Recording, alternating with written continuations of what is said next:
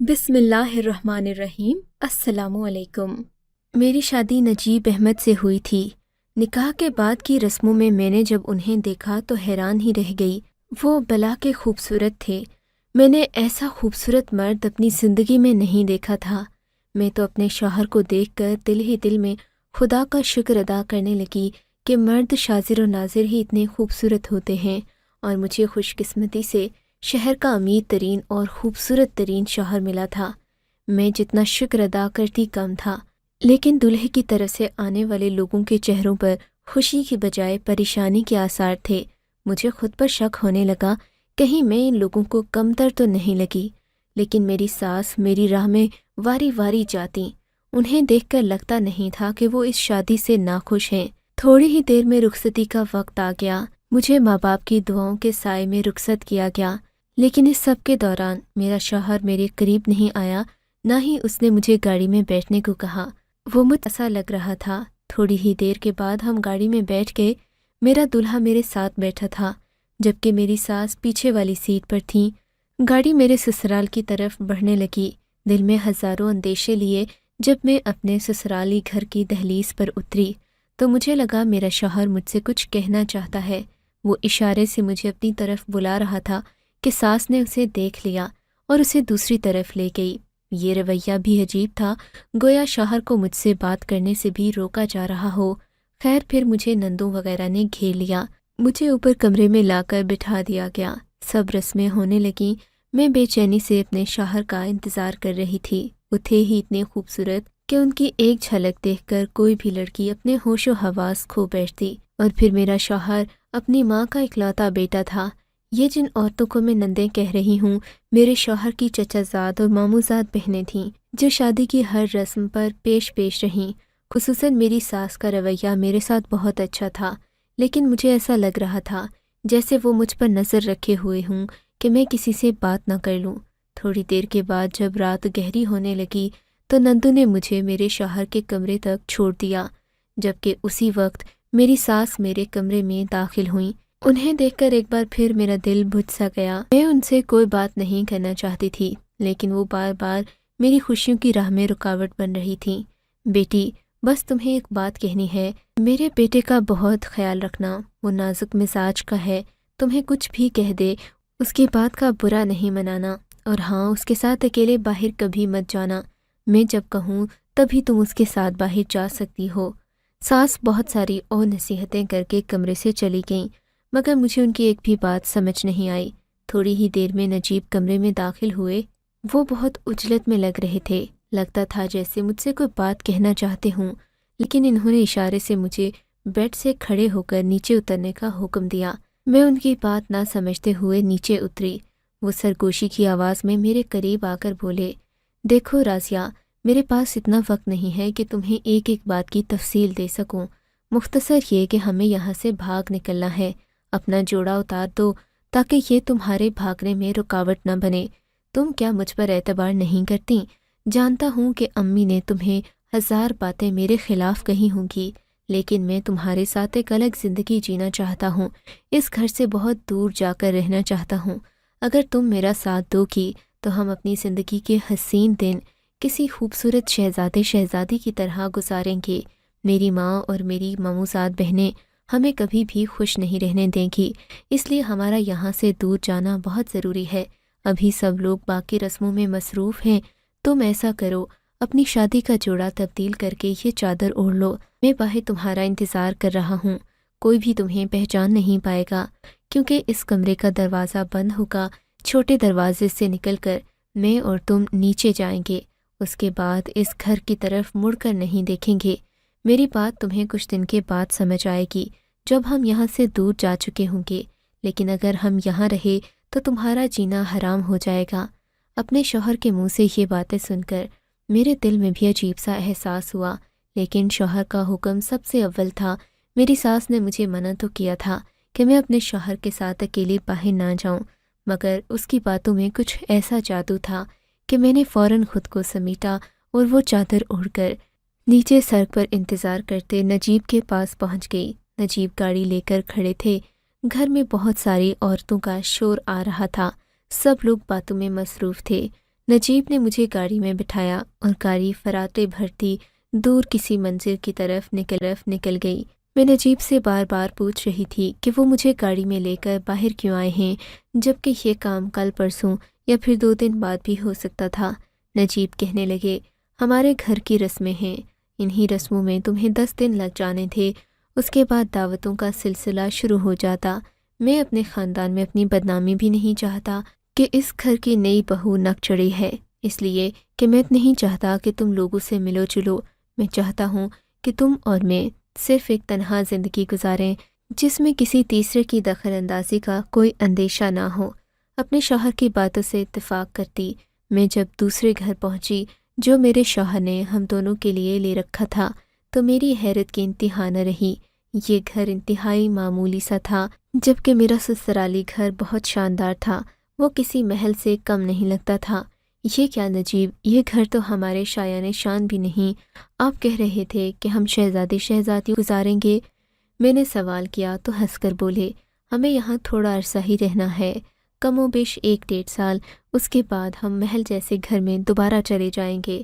نجیب کی بات مجھے عجیب سی لگی، لیکن میں نے کوئی جواب نہیں دیا۔ پھر ایک کمرہ تھا جہاں پر ایک چارپائی بچھی تھی اور ایک کھڑکی بھی تھی جس سے ٹھنڈی ہوا آ رہی تھی۔ گرمیوں کے دن تھے، میں جلدی سے اس چارپائی پر ڈھہ گئی۔ نجیب نے مجھ سے کوئی بات نہیں کی اور دوسرے کمرے میں چلے گئے۔ مجھے لگا جیسے میں نے ان کی شان میں گستاخی کر دی ہو۔ بطور شوہر مجھے چاہیے تھا کہ پہلے ان کو بستر بنا کر دیتی، وہ بھی تھکے ہوئے تھے۔ میں نے خود غرضی سے کام لیا، جلدی سے دوسرے کمرے میں پہنچی تو کمرے کا دروازہ بند تھا۔ مجھے اور زیادہ احساس جرم محسوس ہونے لگا۔ میں نے جلدی سے کمرے کا دروازہ کھٹکھٹایا۔ نجیب نے ہڑبڑا کر دروازہ کھولا۔ دیکھا تو انہوں نے خود کو چادر میں ڈھانپ رکھا تھا۔ کیا ہوا؟ تمہیں نیند نہیں آ؟ چادر میں ڈھانپ رکھا تھا۔ کیا ہوا؟ تمہیں نیند نہیں آ رہی؟ نیند کیسے آ سکتی ہے آپ کے بغیر؟ آپ چلیں، میں آپ کے لیے بھی بستر بنا دیتی ہوں۔ میری بات پر نجیب غصے سے بپھر گئے۔ تم جاؤ، جا کر سو جاؤ، میں یہیں پر ٹھیک ہوں، اور ہاں، آئندہ مجھ سے اتنی زیادہ قریب آنے کی کوشش مت کرنا۔ نجیب کا روکھا پھیکا رویہ دیکھ کر میرا تو دل ہی بیٹھ گیا۔ نجیب، میں تمہاری بیوی ہوں، ایسا تو مت کہو۔ اس سے پہلے کہ میں کوئی اور بات کہتی، اس نے زور سے دروازہ میرے منہ پر ہی بند کر دیا۔ میں روتی ہوئی اپنے کمرے میں آ گئی۔ معلوم نہ تھا کہ اتنی سی بات میرے شوہر کو ناگوار گزرے گی۔ بڑی مشکل سے مجھے نیند آئی۔ تھوڑی دیر بعد میں نے کمرے کی کھڑکی بھی بند کر دی۔ مجھے عجیب سا ڈر لگ رہا تھا، نجیب بھی یہاں نہ تھا، میری بری حالت ہو رہی تھی۔ صبح تک مجھے نیند نہیں آئی۔ صبح ہوتے ہی میں نجیب کے کمرے کی طرف دوبارہ لپکی۔ میں نہیں چاہتی تھی کہ میں ان سے ناراضگی قائم رکھوں۔ خلاف توقع کھلا تھا۔ میں نے جیسے ہی کمرے میں قدم رکھا، مجھے نجیب کا فون بجنے کی آواز آئی۔ میں نے دیکھا نجیب کے فون پر ان کی ماں کا نمبر جگمگا رہا تھا۔ نجیب باتھ روم میں تھے۔ میں نے فون خود ہی اٹھا لیا۔ میری ساس بہت غصے میں لگ رہی تھیں، لیکن میری آواز سنتے ہی وہ جیسے ایک دم شانت ہو گئیں۔ بیٹی، تم اپنے شوہر سے کہو کہ وہ واپس گھر آ جائے، ہم اسے تنگ نہیں کریں گے۔ وہ کہاں چلا گیا ہے تمہیں لے کر؟ اور میں نے تم کو منع بھی کیا تھا اپنے شوہر کے ساتھ مجھ سے پوچھے بغیر باہر بھی نہ جانا، اور تم ہو کہ دوسرے گھر چلی گئیں۔ نجیب نے رات کو مجھے SMS بھیجا تھا۔ وہ کہہ رہا تھا کہ اب میں آپ کے پاس تبھی آؤں گا جب میں باپ بن جاؤں گا، اس سے پہلے میں اس گھر کی شکل بھی نہیں دیکھوں گا۔ میری ساس مجھ سے منت کر رہی تھی کہ تم لوگ گھر واپس آ جاؤ، ایسے اچھا نہیں لگتا۔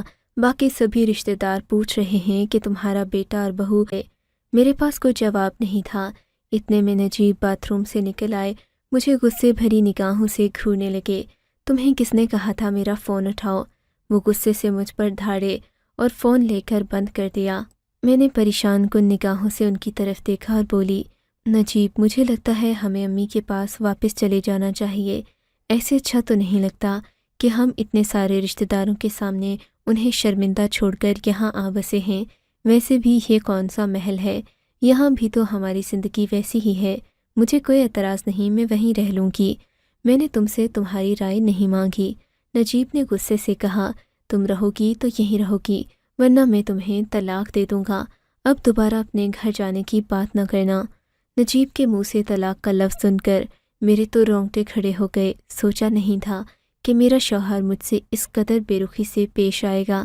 یہ وہی نجیب تھا جو مجھے شہزادیوں والی زندگی کے خواب دکھا رہا تھا۔ بہرحال میں خاموش ہو گئی، لیکن اگلے دن ایک عجیب واقعہ ہوا۔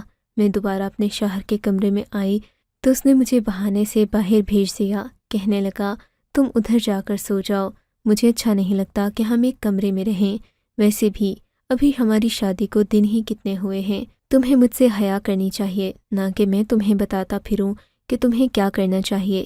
نجیب کے منہ سے یہ باتیں بہت عجیب لگ رہی تھیں۔ جس نے مجھے لایا ہی یہاں اس لیے تھا کہ ہم ایک اکیلے تنہا زندگی کا لطف اٹھائیں گے، وہ مجھے خود سے دور رہنے کا کہہ رہا تھا۔ بہرحال میں کیا کر سکتی تھی، عورت کی حیا معنی آ جاتی ہے۔ میں نے الگ کمرے میں رہنا شروع کر دیا۔ نجیب الگ کمرے میں رہتے، وہ تھوڑی دیر کے لیے گھر سے باہر جاتے، کام کاج کرتے اور پھر واپس آ کر اپنے کمرے میں بند ہو جاتے۔ میری زندگی بہت عجیب ہو گئی تھی۔ میکے والوں سے بھی رابطہ نہیں تھا، فون نہیں دیا تھا، مجھے سختی سے منع کر دیا کہ میں یہاں سے باہر نہ نکلوں اور نہ ہی کسی سے بات کرنے کی کوشش کروں، ورنہ اچھا نہیں ہوگا۔ اب میں مکمل طور پر قید کی زندگی گزار رہی تھی۔ صبح شام اپنے کمرے میں رہتی، تھکن بھی نہ ہوتی تو مجھے رات کو نیند نہ آتی، رات بھر جاگتی رہتی اور دن کو سوئی رہتی۔ سونے اور اٹھنے کی کوئی روٹین نہیں تھی۔ ایک دن رات کے وقت اٹھ کر میں باہر آئی تو مجھے نجیب کے کمرے سے عجیب سی آواز آنے لگی۔ میں جیسے ہی نجیب کے کمرے کی طرف بڑھی تو یہ دیکھ کر حیرت کی انتہا نہ رہی کہ نجیب کو الٹیاں آ رہی تھیں اور وہ خود کو بڑی مشکل سے سنبھالے باتھ روم کی طرف جا رہا تھا۔ کمرے کی کھڑکی سے میں نے یہ منظر دیکھا تو نجیب کو آواز دے کر دروازہ کھولنے کو کہا۔ خلاف توقع نجیب نے کمرے کا دروازہ کھول دیا، مگر میں نے دیکھا اس نے خود کو پھر ایک چادر میں ڈھانپ رکھا تھا۔ میرے سامنے وہ ہمیشہ چادر میں یا پھر کوٹ دیکھ کر حیران رہ گئی۔ اس کی طبیعت بہت خراب لگ رہی تھی، جبکہ رنگ زرد پڑ رہا تھا۔ تمہاری طبیعت تو ٹھیک ہے، کوئی بات ہوئی ہے کیا؟ میں نے اسے تسلی دینے والے انداز میں پوچھا۔ نہیں، بس اب ہمارے اچھے دن آنے والے ہیں۔ نجیب نے مجھے مسکرا کر دیکھا۔ اس وقت اس کا لہجہ بہت عجیب سا لگا، مگر میں خاموش رہی۔ تھوڑی دیر کے بعد اس نے مجھے کہا کہ اب میں سونے کے لیے اپنے کمرے میں چلی جاؤں۔ بنا کوئی بحث کیے میں اپنے کمرے میں آ گئی۔ صبح میری آنکھ اس کی دروازے کی دستک پر کھلی۔ وہ بہت خوش لگ رہا تھا۔ میں نے دروازہ کھولا تو نجیب کے ہاتھ میں فون تھا۔ اس نے مجھے خاموش رہنے کا اشارہ کیا اور فون میرے کان سے لگا دیا۔ میں نے دیکھا فون پر میری ساس تھیں، مجھے مبارکباد دے رہی تھیں کہ میری بہو امید سے ہو گئی۔ اتنی جلدی میں نے سوچا بھی نہیں تھا کہ تم مجھے وارث دے دو گی۔ اپنی ساس کی یہ بات سن کر مجھے سخت حیرت ہوئی۔ میرے ہاں تو ایسی کوئی بات نہیں تھی، ابھی تک میرا اور نجیب ہوگی۔ اپنی ساس کی یہ بات سن کر مجھے سخت حیرت ہوئی۔ میرے ہاں تو ایسی کوئی بات نہیں تھی، ابھی تک میرا اور نجیب کا کوئی رشتہ بھی قائم نہیں ہوا تھا۔ پھر میری ساس یہ بات کیسے کہہ سکتی تھیں؟ اس سے پہلے کہ میں انہیں کوئی جواب دیتی، نجیب نے دوبارہ ان سے بات چیت شروع کر دی۔ بس امی، میں نے آپ سے وعدہ کیا تھا نا، جب تک ایک وارث نہیں ہو جاتا ہم یہاں سے نہیں آئیں گے۔ نجیب کی بات سن کر مجھے سخت حیرت ہوئی۔ وہ کس وارث کی بات کر رہا تھا، جبکہ میں تو نا امید سے تھی اور نہ ہی ایسی کوئی امید مجھے تھی۔ تھوڑی دیر کے بعد ساس کا فون بند ہوا تو میں نجیب سے پوچھنے لگی کہ اس نے اپنی ماں کو ایسا کیوں کہا۔ نجیب نے میری بات کا کوئی اثر نہیں لیا، نہ ہی کوئی جواب دیا، جیسے اسے میری بات سے کوئی فرق نہ پڑتا ہو۔ وہ خوشی خوشی باہر جانے کے لیے نکلا اور جاتے ہوئے مجھے اپنا خیال رکھنے کا کہہ کر گیا۔ میں دن بھر سوچتی رہی کہ نجیب نے مجھے ایسا کیوں کہا۔ شام کو وہ آیا تو اس کی طبیعت کچھ اس کی خدمت کرنے لگی۔ نجیب بھی اب کچھ نرم پڑ گیا تھا، لیکن وہ مجھے اپنے قریب پھر بھی نہ آنے دیتا۔ میں نے دیکھا وہ ہر وقت ایک چادر سے خود کو ڈھانپے رکھتا، جبکہ مجھے اپنے قریب تو دور کی بات اپنے کمرے میں آنے کی بھی اجازت نہ دیتا۔ اگلے دن نجیب نے میری اپنی نندوں سے بات کروائی، جنہوں نے مجھے امید سے ہونے کی مبارکباد دی۔ سب پوچھ رہے تھے کہ ہم لوگ گھر واپس کب آئیں گے۔ میں نے بھی کہہ دیا کہ جب بچہ پیدا ہو جائے گا اس کے بعد ہی واپس آ سکیں گے، کیونکہ یہ میرے شوہر کی خواہش ہے۔ جیسے جیسے وقت گزرتا جا رہا تھا، نجیب کی حرکات عجیب و غریب ہو رہی تھیں۔ میں نے دیکھا اب وہ خود کو زیادہ لمبی چادر میں ڈھانپنے لگا تھا، جبکہ مجھے اس کے چلنے پھرنے کے انداز سے محسوس ہوا جیسے اس کا پیٹ بڑھ رہا ہو، اور یہ بات میں نے ایک بار نہیں بلکہ 20 بار نوٹ کی تھی، لیکن نجیب اس بارے میں کوئی بات نہیں کرتا۔ میں نے نجیب سے کئی بار کہا کہ تمہارا پیٹ عورتوں کی طرح، نجیب اس بات کا کوئی جواب نہیں دیتا تھا۔ ایک دن میں نے سوچا کیوں نہ میں نجیب کا ٹیسٹ کرواؤں، کسی ڈاکٹر کے پاس لے کر جاؤں۔ اس کی تکلیف تو دن بدن بڑھتی ہی جا رہی تھی، یہاں تک کہ وہ حاملہ عورتوں کی طرح لگنے لگا۔ نجیب کی یہ حالت دیکھ کر میں ڈر سی گئی تھی۔ 8 مہینے گزرے تو نجیب واقعی کسی حاملہ عورت کی طرح نظر آنے لگا۔ اس کی عورتوں والے خدوخال دیکھ کر میری تو جان جاتی رہی، لیکن اس سے پہلے کہ میں گھر میں کوئی ڈاکٹر بلواتی، نجیب نے مجھے سختی سے منع کر دیا۔ کہنے لگا کسی کو بتانے کی کوئی ضرورت نہیں ہے، میں نے گھر والوں کو کہہ دیا ہے کہ تم امید سے ہو، تم ہی بچہ پیدا کرو گی۔ اب یہ بچہ ہم دونوں میں سے جس کا بھی ہو، ہمارے لیے ایک وارث کی حیثیت رکھتا ہے۔ خدا کے لیے چپ رہو، ورنہ میری اصلیت سب کے سامنے آ جائے گی۔ کیا مطلب نجیب، یہ آپ کیا کہہ رہے ہیں؟ مجھے لگتا ہے آپ کو کوئی بیماری ہے، ہمیں ڈاکٹر کو چیک کروا لینا چاہیے۔ میری بات پر نجیب کی آنکھوں میں آنسو آ گئے۔ ڈاکٹر کو چیک کروانے کی ضرورت نہیں ہے، میں جانتا ہوں کہ میں امید سے ہوں، ہمارا وارث اس دنیا میں آنے والا ہے، اور تم ہو کہ عجیب و غریب باتیں کر رہی ہو۔ نجیب نے مجھے ڈانٹ دیا تو میں خاموش ہو گئی، لیکن ایک مرد بچہ کیسے پیدا کر سکتا ہے، یہ بات میری سمجھ سے باہر تھی۔ میں نے 1 مہینہ اپنے شوہر کی خوب خدمتیں کیں، اسے وقت پر کھلاتی پلاتی اور ہر چیز کا خیال رکھتی، لیکن نجیب مجھ سے پھر بھی بات نہ کرتا۔ اس کے چہرے پر عجیب سا احساس ندامت ہوتا، وہ مجھ سے شرمندہ رہنے لگا، جبکہ اب میرے سامنے چادر وغیرہ نہ اوڑھتا، کیونکہ مجھے اس کی حقیقت معلوم پڑ چکی تھی۔ پھر ٹھیک 9 مہینے کے بعد ہمارے گھر میں ایک ڈاکٹر آیا جو رویے سے نجیب کا دوست لگتا تھا۔ اس نے آ کر بچے کی پیدائش میں ہماری مدد کی اور نجیب نے خوبصورت بچے کو جنم دیا۔ اب تو مجھے یقین ہو چکا تھا کہ نجیب کی حقیقت کچھ اور ہے، وہ جو نظر آتے ہیں وہ نہیں ہیں۔ اور پھر ان کے دوست ڈاکٹر عقیل نے مجھے بتا بھی دیا کہ نجیب ایک نامکمل انسان کے طور پر پیدا ہوا تھا، لیکن پھر انہوں نے ڈاکٹر عقیل سے مدد لیتے ہوئے اپنا مکمل علاج کروایا اور ایک عورت جیسی جسامت حاصل کر لی، لیکن اپنی ماں باپ کو اس بات سے آگاہ نہیں کیا۔ نجیب کی ماں شہر کی امیر ترین عورت تھی، وہ اس بات کو اپنے لیے کسی داغ کی طرح سمجھتی کہ اس کے گھر پیدا ہونے والا بیٹا ایک مرد نہیں بلکہ عورت ہے۔ اس لیے نجیب اس معاملے کی نزاکت کو سمجھتے ہوئے اس بات کو اپنی ماں سے راز رکھے رہا، لیکن اپنی ماں کے سامنے کم ہی جاتا۔ ماں کو اپنے بیٹے کی حقیقت کا اندازہ نہیں تھا، لیکن ماں کب تک صبر کرتی۔ ایک دن اس نے بیٹے کے سر پر صحرا سجا دیا اور یوں اس حویلی میں ایک بہو بھی آ گئی، لیکن اب کمی تھی تو ایک وارث کی۔ نجیب جانتا تھا کہ اس کی ماں کا اگلا مطالبہ اس حویلی کا وارث ہوگا، سو نجیب نے ماں کی بات لبوں پر آنے سے پہلے ہی اپنی بیوی یعنی کہ اپنی جیون ساتھی کو دوسرے گھر میں منتقل کر دیا، اور خود میڈیکلی حاملہ ہونے کے بعد جب اس کے ہاں وارث پیدا ہوا تو گھر واپس جانے کا فیصلہ کیا گیا۔ لیکن ایسے میں میری شخصیت کی دھجیاں بکھر چکی تھیں۔ میں تو ایک نارمل انسان سے شادی کر کے اس گھر میں آئی تھی، میں نہیں جانتی تھی کہ وارث پیدا کرنے کے اس کھیل کا حصہ اس بری طرح بن جاؤں گی کہ میری اپنی زندگی کی خوشیاں مجھ سے روٹ جائیں گی۔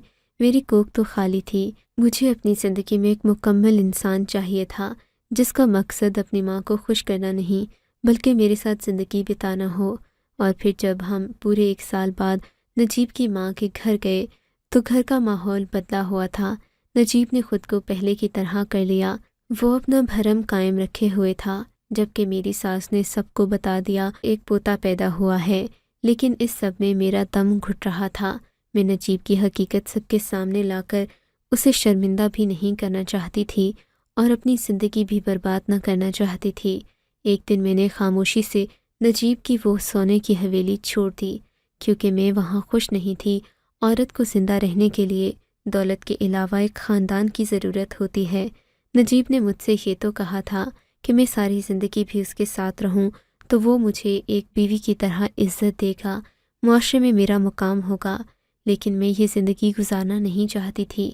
اب میں کسی اور سے شادی کرنا چاہتی ہوں، اپنا گھر بسانا چاہتی ہوں، لیکن میں نے نجیب سے طلاق بھی نہیں لی، کیونکہ میں اپنے گھر والوں سے بہت دور ہوں۔ آپ کے خیال میں اگر میں کسی اور شخص سے نکاح کروں تو کیا نجیب سے طلاق لیے بغیر میرا یہ نکاح جائز ہوگا یا نہیں؟ کیونکہ نجیب کی حقیقت کچھ اور تھی۔ مجھے آپ کی رائے کا انتظار رہے گا۔ آپ کو اگر یہ کہانی اچھی لگی ہے تو اس ویڈیو کو لائک کیجیے اور اس طرح کی مزید کہانیاں سننے کے لیے ہمارے چینل کو ضرور سبسکرائب کیجیے۔ کہانی سننے کا شکریہ۔ آپ سے ملاقات ہوگی اگلی ویڈیو میں، تب تک کے لیے اللہ حافظ۔